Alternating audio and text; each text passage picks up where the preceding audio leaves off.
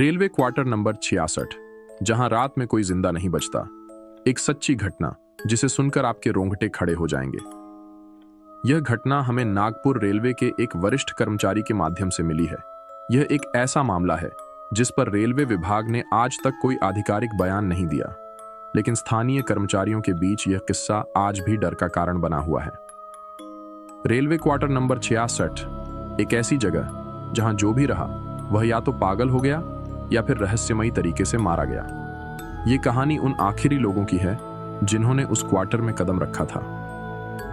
Railway colony का भूतिया quarter स्थान नागपुर रेलवे कॉलोनी। वर्ष 2018 रेलवे कर्मचारी संदीप तिवारी को रेलवे से एक सरकारी क्वार्टर नंबर 66 अलॉट किया गया। ये क्वार्टर पिछले 8 सालों से खाली पड़ा था। कोई भी इसमें 6 दिनों से ज्यादा नहीं रह पाता था। आखिरी किराएदार एक लोको पायलट अपनी गर्दन कटे हुए हालत में मिला था, लेकिन कमरे में कोई हथियार नहीं था। इस क्वार्टर के बारे में अजीब बातें मशहूर थीं। रात 2:30 पर इस क्वार्टर में कुछ ऐसा होता है जिससे वहां रहने वाला जिंदा नहीं बचता। लेकिन संदीप इन बातों पर विश्वास नहीं करता था। उसने अपनी पत्नी पूनम और 8 साल की बेटी रिया के साथ वहां शिफ्ट होने का फैसला किया, लेकिन उसने नहीं सोचा था कि यह उसकी जिंदगी की सबसे बड़ी गलती होगी। अजीब घटनाओं की शुरुआत पहली रात सब कुछ सामान्य था, लेकिन रिया को रात में एक अजीब सपना आया। उसने देखा कि कोई सफेद कपड़े पहने औरत उसके बिस्तर के पास खड़ी है। वह औरत धीरे धीरे रिया की ओर झुकी और फुसफुसाई, अब तुम्हारी बारी है। रिया चीखते हुए उठ गई। कमरे में कोई नहीं था, लेकिन फर्श पर गीले पैरों के निशान थे, जैसे कोई अभी अभी बाहर गया हो। दीवार पर खून से लिखा संदेश। तीसरी रात संदीप और पूनम ने फैसला किया कि वे रिया के डर को दूर करने के लिए रात भर जागेंगे। रात 2:30 पर अचानक कमरे की लाइट तेज झपकने लगी और खिड़कियां जोर जोर से हिलने लगीं। संदीप ने देखा कि दीवार पर खून से कुछ लिखा हुआ था, मुझे मेरी जगह वापस चाहिए। पूनम ने तुरंत रिया को गोद में उठाया और कमरे से बाहर निकलने की कोशिश की, लेकिन दरवाजा अंदर से लॉक हो गया। कमरे में कुछ देर के लिए पूरी तरह अंधेरा छा गया, और जब दोबारा लाइट आई, रिया बेड पर नहीं थी।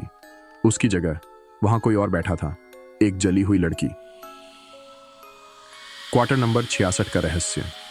अगले दिन संदीप ने कॉलोनी के सबसे पुराने कर्मचारी राम स्वरूप काका से इस क्वार्टर के बारे में पूछा। उन्होंने जो बताया उसे सुनकर संदीप के पैरों तले जमीन खिसक गई।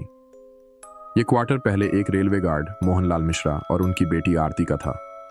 एक रात आरती की किसी ने बेरहमी से हत्या कर दी। उसके शरीर को इतनी बुरी तरह जला दिया गया कि वह पहचान में भी नहीं आई, लेकिन उसकी आत्मा इस क्वार्टर को छोड़कर नहीं गई। अब जो भी इस क्वार्टर में रहता है वह आरती की जगह लेने के लिए चुना जाता है। रिया का डरावना बदलाव। रिया इस बीच अजीब हरकतें करने लगी थी। वह घंटों आईने के सामने बैठी रहती। कभी कभी वह खुद से बातें करने लगती। वह खाना नहीं खाती और रात को 2:30 पर अचानक जाग जाती। एक रात पूनम ने उसे जगाने की कोशिश की। रिया, क्या हुआ बेटा? रिया ने धीरे से सिर उठाया। उसकी आंखें पूरी काली हो चुकी थीं। उसके चेहरे पर हल्की जलन के निशान थे, और उसने धीरे से कहा, अब मैं रिया नहीं हूं। आखिरी रात, मौत का खेल। अगली रात संदीप ने फैसला किया कि वे उस क्वार्टर को हमेशा के लिए छोड़ देंगे, लेकिन ठीक रात 2:33 पर दरवाजे की घंटी बजी। बाहर कोई नहीं था, लेकिन दरवाजे पर खून से लिखा था, तुम भाग नहीं सकते। अचानक पूरे क्वार्टर की लाइट बंद हो गई। कमरे में एक अजीब सी ठंडक फैल गई। बेडरूम के अंदर से किसी के तेज तेज हंसने की आवाज आने लगी।